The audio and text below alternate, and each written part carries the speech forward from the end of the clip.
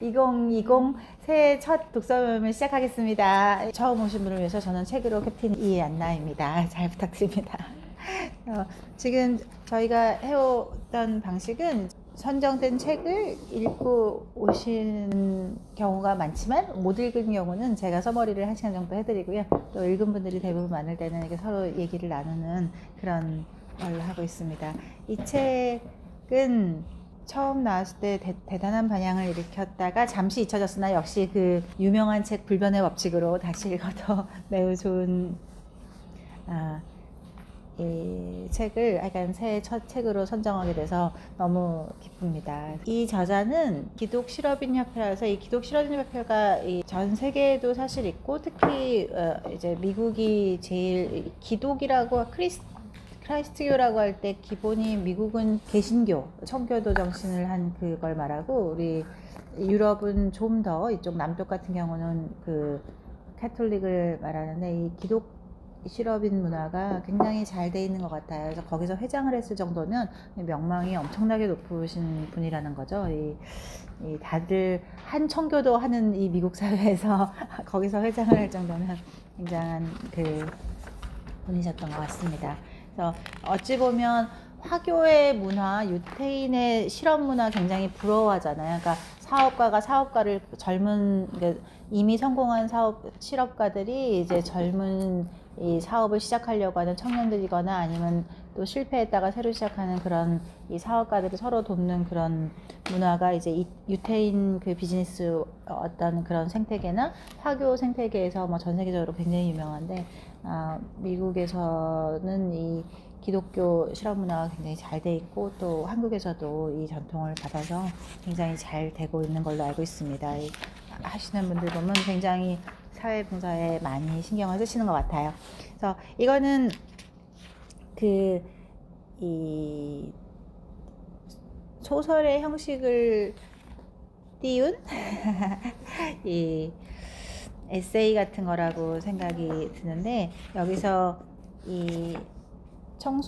지금은 청소를 하고 계시는 분이 여기에 열심히 일하고 있는 젊은 사장을 위해서 주는 6개의 조언으로 되어 있었습니다. 그래서 우리가 사실 누구나 다 이렇게 행복하기 위해서 일하고 내 사랑하는 가족들에게 멋진 집을 선사하고 더 좋은 곳을 이렇게 가족에게 어찌 보면 남자들의 삶이라는 게 뭐 이렇게 가족에게 좋은 안식처와 좋은 먹을거리를 제공하려고 하는 그런 어떤 꿈에서 비즈니스를 시작하고 또 그걸 성취해 나가는 과정도 처음에는 굉장히 즐기게 되는데 처음에는 즐기지만 이게 일이 되다 보면 이게 도대체 무얼 위한 일인지도 모르고 일에 그냥 이렇게 매몰돼 버리는 것을 많이 볼 수가 있어서 우리가 왜 유명한 말로 비즈니스는 그 자전거를 굴리는 두발 자전거를 달리는 것과 같아서 잠시라도 페달을 놓으면 바로 이렇게 넘어지기 때문에 움직이지 않을 수 없는 그런 상황에 매몰된 수많은 세상의 모든 비즈니스맨들을 위해서 쓰신 책인 것 같아요. 그래서 여기에 있는 주인공도 역시 열심히 가족을 위해서 열심히 하려고 했는데 오히려 그게 가족과의 사이도 멀어지고 도대체 삶은 이게 왜 살고 있는가 싶고 그리고 일을 위해서 내가 살기 위해서 일을 하는 게 아니라 일을 위해서 내가 사는 것 같은 그런 역전된 상황을 이제 겪는 상황에 항상 우리 인생은 수호천사가 나타나시죠.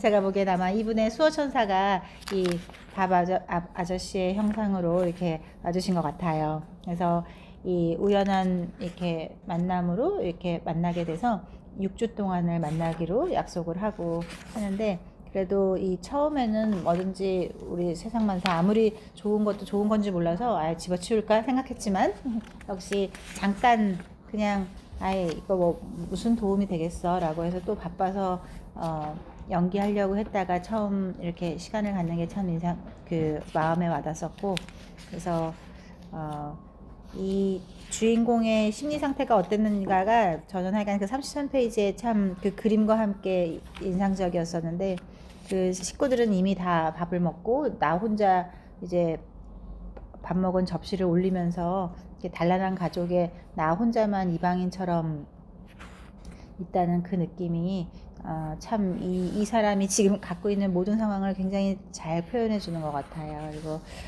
저는 또 요즘은 워낙 여성분들도 이제 사업을 하시는 분들이 많으니까 집안에서 그런 일들이 많을 텐데, 저는 개인적으로 저의 삶 거의 전체의 99%를 남자들과 살았기 때문에, 저는 개인적으로 남자들을 옆에서 아주 어릴 때서부터 지금 뭐 정말 30년을 넘게, 또 저의 동기뿐만 아니라 저의 아래, 저의 위 스승님들까지 정말 한 뭐 3, 40년이 넘는 이 연대 사람들을 3, 40년을 보다 보니까 남자들의 삶이 정말 불쌍하다. 정말 불쌍하고 정말 참 이 세상의 사람들이 생각하는 그런 남자들이 뭔가를 부당하다. 물론 부당한 것도 정말 많이 봤죠. 저는 뭐 거의 본의 아니게 이게 홍일점이 결코 좋은 게 아니거든요. 홍일점은 진짜 고단한 정도가 아니라 거의 무시당하죠. 그러니까 보통 여자가 한 둘만 돼도 하다못해 화장실 가는 것도 배려를 받을 수가 있는데, 이게 저도 항상 에브리바디가 남자고 항상 제가 혼자기 때문에 진짜로 저의 가장 큰 거는 화장실 가는 시간을 비슷하게 해야 돼요. 그러니까 이게 굉장히 뭐 옛날에는 지금이랑은 좀 틀려서 좀 여자를 싫어하는 사람들도 많았지만, 또 그 중에는 여자를 굉장히 또 이렇게 똑같이 어떤 그 가치로서 똑같이 존중해주는 선생님조차도 이렇게 쭉 회진 돌다가 화장실 가서는 이제 갈리게 되잖아요.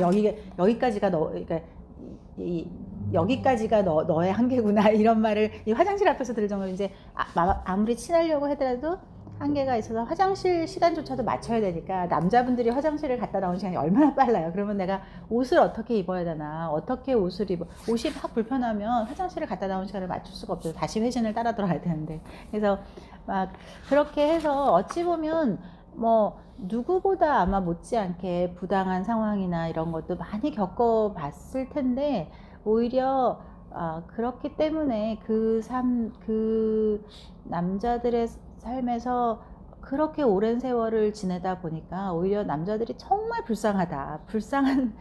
거의 불쌍하지 않은 남자가 없다고 할 정도로, 차라리 여자분들은 공감하는 능력도 하늘에서 타고 태어났고, 남자분들은 뭐 이렇게 공감하는 능력도 별로 없고, 본능적으로 에브리바디가 나 빼고는 다 에너미이기 때문에 언제 내가 잡아먹힐지 모르고. 그래서 에피소드는 정말 뭐 너무너무 많지만, 생각보다 이 바깥일을 하는 남자들이 굉장히 불쌍하고, 진짜 인류의 무명을 통틀어 어떤 시대에도 사실 남자들이, 여기 본문에도 나오지만 자기 사랑하는 가족에게 뭐 약간 더 좋은 그 집, 더 따뜻한 음식, 더 맛있는 음식과 예쁜 옷을 하기 위해서 그렇게 헌신하는 모습을 참 많이 봤던 것 같아요. 근데 소통할 줄은 잘 모르고.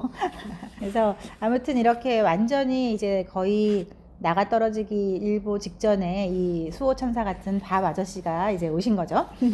그래서 수호천사 아저씨가 6개의 지침을 주는데, 그 6개의 지침이 밥 아저씨가 주는 형식이라기보다는 밥 아저씨의 현명했던 그 부인의 목소리로 이제 하게 됩니다. 그래서 정말 이런 부인으로 살 수 있는 삶이 있다면, 오히려 이 주인공 로저나 밥 아저씨도 참 멋있는 삶이지만, 이렇게 사랑을 나눌 줄 알고 그렇게 해서 사랑을 또 받을 수 있는 그런 앨리스의 삶이 참 약간 부럽고, 그거를 오히려 해나가고 싶다는 그런 생각도 정말 많이 들었던 것 같아요. 그래서 약간 이 책은 어렵게 생각할 거 없이 그냥 딱 6개입니다. 그래서 6개를 이렇게 순서대로 하면,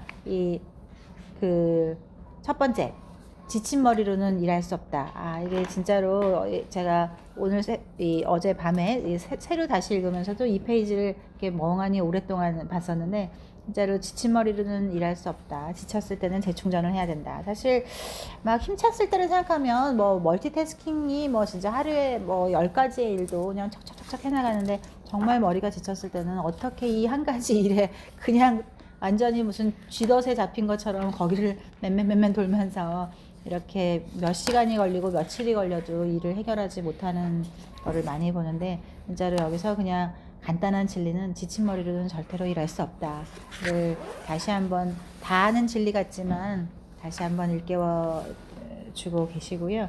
그리고 지쳤을 때는 반드시 재충전을 하라는 거, 그래야 기발한 아이디어나 그런 것도 솟아나올 수 있다 하는 것을 합니다. 그래서 진짜로 우리가 뭐 번아웃 신드롬처럼 우리가 차 혹시 배터리 떨어뜨려 보셨어요? 차에 기름이 정말 떨어지면 저도 옛날에는 기름 떨어져도 100km 간다고 그래서 제가 그런 줄 알고 제가 이제 깜빡이 기름 넣으라는 등이 들어왔지만 무시하고 제가 달려봤죠. 제가 올림픽대로 한복판에서 한번 딱 세워봤습니다. 정말 신기하게.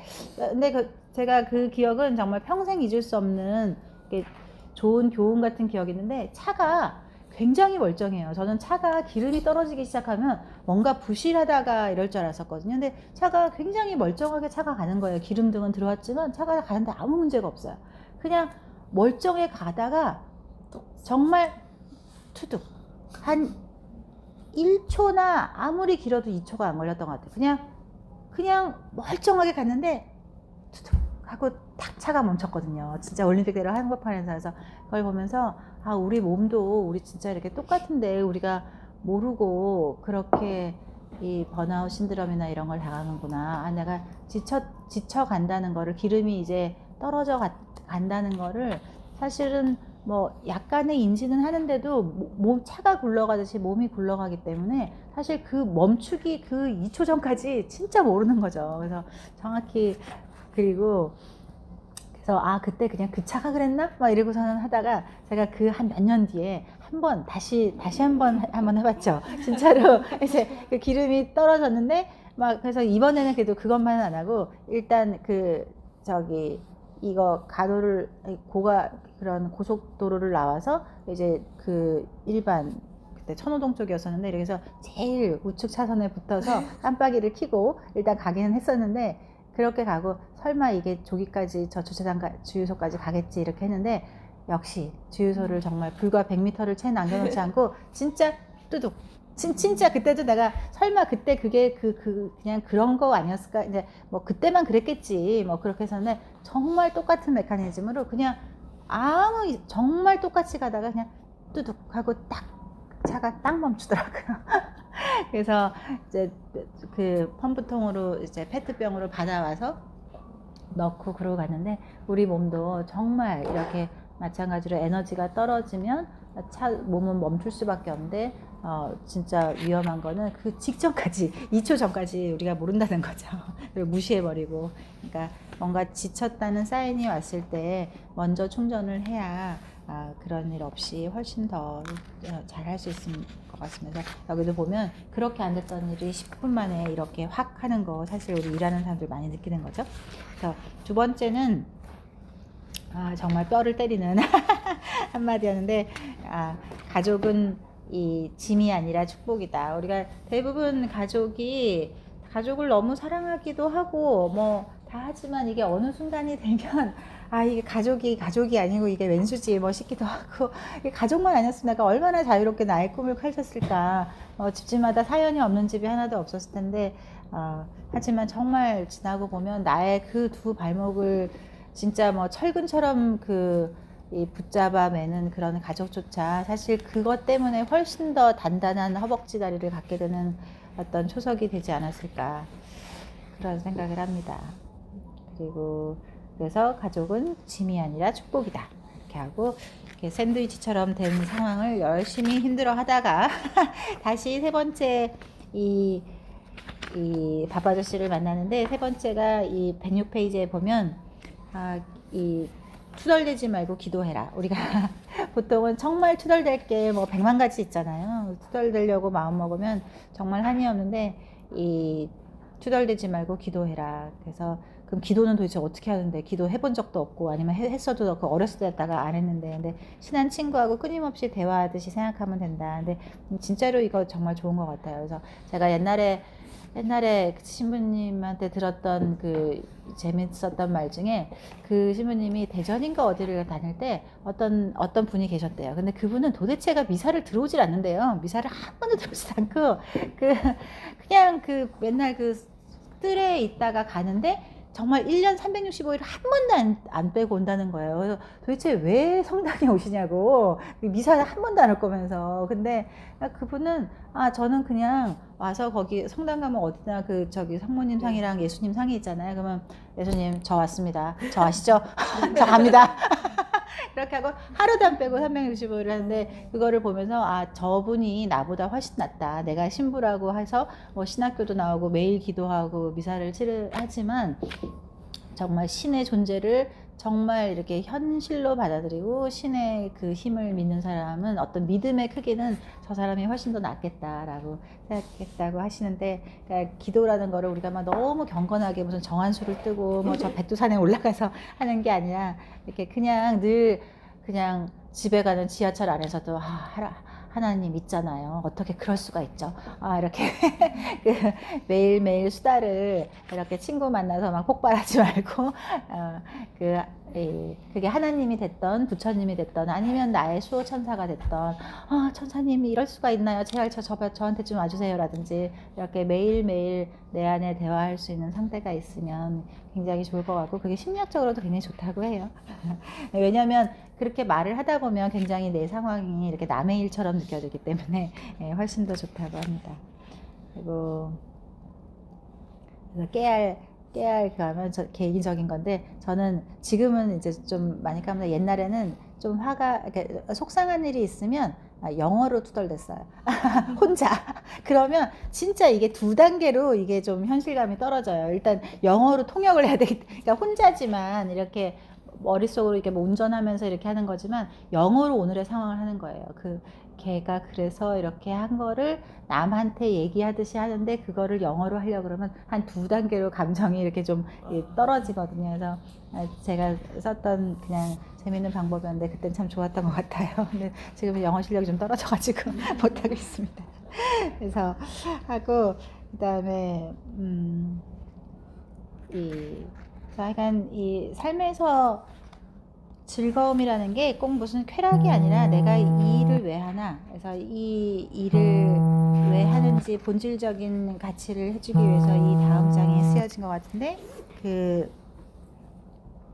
저는 여기서 이 비즈니스에서 되게 재밌었던 게, 우리한테 굉장히 절대적인 고객이라서 언제나 따를 수밖에 없지만, 도저히 거기서 이 인연을 끊을 자신은 없는 그 회사에 대해서 이제 객관적으로 그야말로 박스 밖에서 나가서 생각해야 되는 상황이 오는데, 이때 이제 설문조사를 하기로 하고, 설문조사에서 하나는 우리의 시간을 얼마나 이 고객사를 위해서 투자해야 되나, 그리고 그 사람들하고 일을 하면서 좋아하는 일은 뭔가, 또 그 사람들하고 같이 일하면서 싫어하는 일은 뭔가 라고 하는 거를 이제 체크하면서 하는 건데, 여기서 참 회사를 하는 사람의 입장에서 참 인상 깊었던 거는, 이 비서가, 매우 이 훌륭한 비서가, 이 사장님도 우리 회사 직원이시잖아요 하고 그 질문지를 똑같이 돌렸던 거가 참 인상적이었었고, 그리고 좋은 즐겁게 일했던 기억에 대한 어떤 그 표현이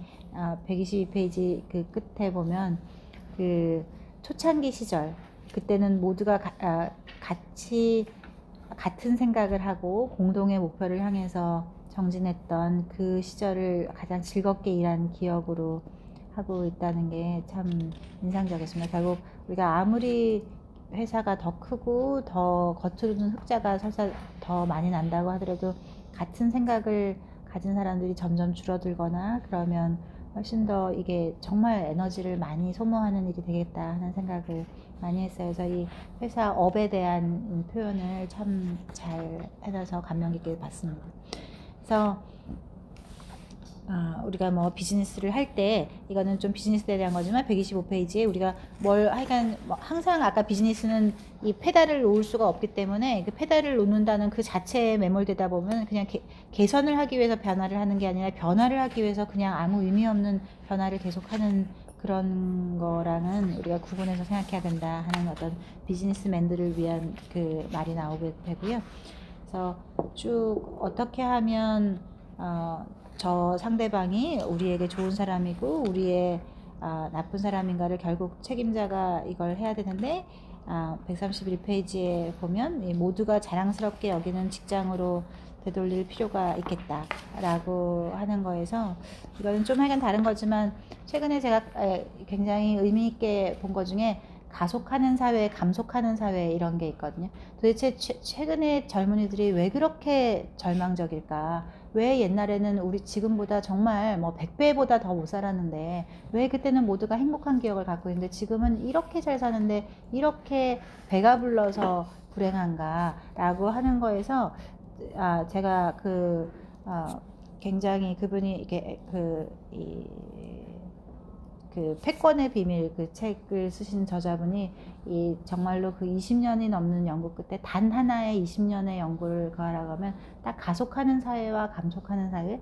우리가 가속하는 사회에서는 다들 즐거움을 느낄 수밖에 없고, 이 조직도 결국 마찬가지인 것 같아서 어떤 회사도 아무리 지금 현재 흑자가 되느냐 적자가 되느냐가 중요한 게 아니라 우리가 어제보다 오늘 조금씩 나아지고 있느냐라고 하면 모든 사람들이 정말로 이렇게 큰 뭔가 좋은 기운과 그 신나는 이런 것들이 있는 반면, 지금 아무리 흑자를 내고 있고 거대 기업이라고 하더라도 이게 어제보다 오늘이 못해진다고 느끼면, 또 오늘보다 내일이 못할지도 모른다고 생기면 거기서 느끼는 본능적인 불안감이 어마어마하기 때문에 지금의 어찌 보면 젊은이들이 갖는 그런 불안감이나 절망감이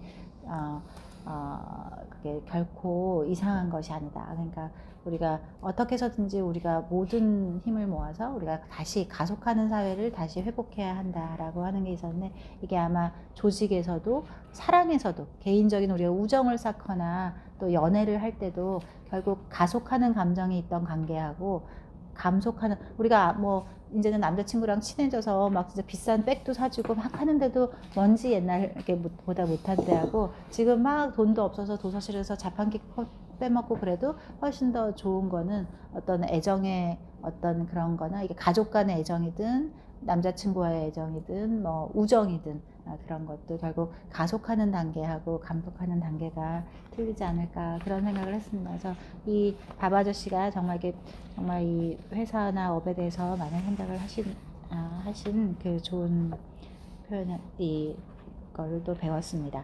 그래서 이제 밥 아저씨가 네 번째 만나시면서 아주 다이아몬드가 아주 박힌 뭐 어마어마하게 비싸 보이는 그 시계를 선물을 해주시게 되는데,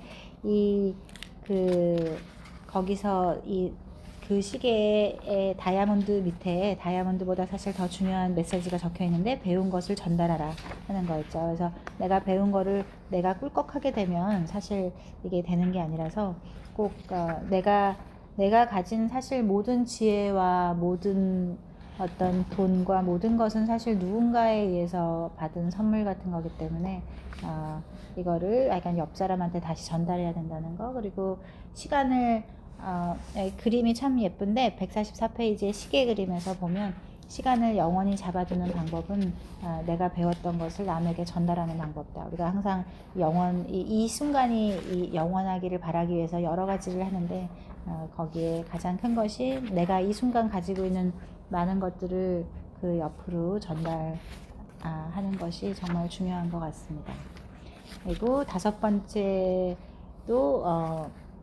정말 상징적인 말인 것 같은데, 이 소비하지 말고 투자하라. 그래서 우리가 돈을 똑같이 쓰는데 이게 소비가 되는지 투자가 되는지에 대해서 정말 많이 생각해야 되고, 왜 요즘 뭐 부자들에 대한 부자학 책들 많잖아요. 거기서도 똑같이 생각해 보통 보면 부자들이 되게 별로 돈을 안 쓰잖아요. 워렌 버핏도 평생 맥도날드 햄버거밖에 안 먹고 그 몇십 년 된 차 그 몇십 년 된 차 한 번도 안 바꾸고 타고 있고, 사실 어떤 부를 뭐 정말로 뭐 많은 사람들이 얘기하듯이 부는 하늘이 이렇게 그걸 잘 청지게 할 수 있는 사람한테 주는 것 같아요. 정주영 회장님도 본인이 쌀가게를 할 때까지가 본인이 가장 부자였다고 생각하고, 쌀가게 이후에 자기는 본인이 한 번도 부자라고 생각해 본 적이 없다. 근데 제가 보면 확실히 큰 돈은 하늘이 그거를 잘 관리할 수 있는 사람한테 이렇게 몰아주시는 것 같아요. 그러면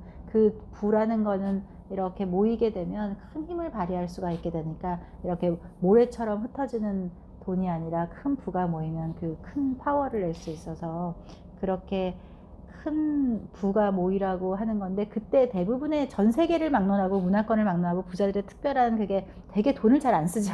근데 그게 막 수전노라고 이렇게 얘기를 하긴 하는데, 그거랑은 되게 대부분 사업하시는 분들의 특징은 본인은 그렇게 뭐 이렇게 뭐 비싸지 않고 싸거나 심지어는 낡은 옷이나 뭐 이런 거를 집도 바꾸지 않고 뭐 이렇게 살지만, 어떤 투자를 할 때는 뭐 몇 조 단위의 투자를 뭐 몇 분 만에 결정해서 하잖아요. 그러니까 그런 거. 그리고 내가 똑같이 어떤 물건을 사더라도, 우리가 그런 기업하는 사람이 아니고 일반인이라고 하더라도, 내가 이게 나를 위한 투자인지, 그리고 그냥 내가 지금 기분 좋게 쓰기 위해서 순간적으로 그냥 허물어 버리는 건지, 그런 거를 잘 생각하면서 해서 뭐 한 번 듣는 것보다 두고두고 정말로 기억에 남기면 좋은 말일 것 같아요. 이렇게 돈을 쓰지 말라는 뜻이 아니라, 돈을 쓴다는 건 정말 세상을 돌아가게 하고 너무너무 좋은 거지만, 돈이 그냥 단순한 소비가 아니라 투자가 될 수 있도록 하는 게 중요하고, 여기서 역시 말하는 것도, 우리가 어떤 소비, 뭐 투자 이러면 돈만 생각하지만, 여기서도 말하는 거는 가장 그 시간도, 내가 할 수 있는 일이라는 것이 정해져 있고, 내가 가용할 수 있는 시간이 정해져 있기 때문에, 일이나 시간도 이렇게 소비성으로 쓰는 게 아니라 투자를 위한 일, 또 투자를 위한 시간, 이런 것들을 하면 좋지 않을까, 그런 밥 아저씨의 진심이 느껴지는 것 같아요.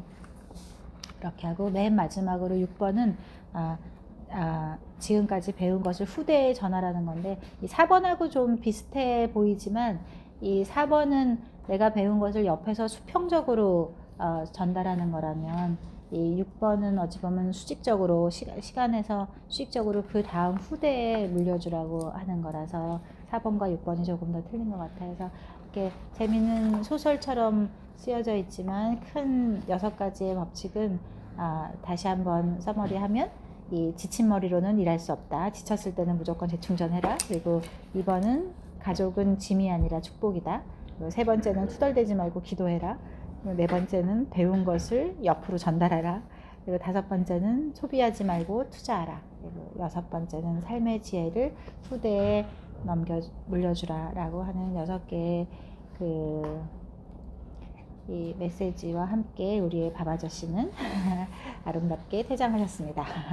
그래서 수호천사는 정말로 꼭 필요한 순간에 나타나셨다가 이렇게 또 가시는 것 같아요. 그래서 맨 마지막에 에필로그에조차도 맨 마지막 줄, 맨 마지막 말에 배운 것을 전달하라고 되어 있어서, 올해 1월 1일에 이 큰 메시지를 우리한테 달려주는 것 같고, 우리 생각에 내가 뭘 알아 라고 싶어도, 사실 오늘의 나는 진짜 엊그저께나 1년 전에 나보다 엄청나게 많은 지식과 경험이, 실패의 경험조차도 엄청난 지혜이기 때문에, 그런 거를 이렇게 하면 실패한다? 이거를 옆 사람한테 알려주는 것도 그 사람한테는 큰 도움이 될 것 같다 라는 생각을 했습니다.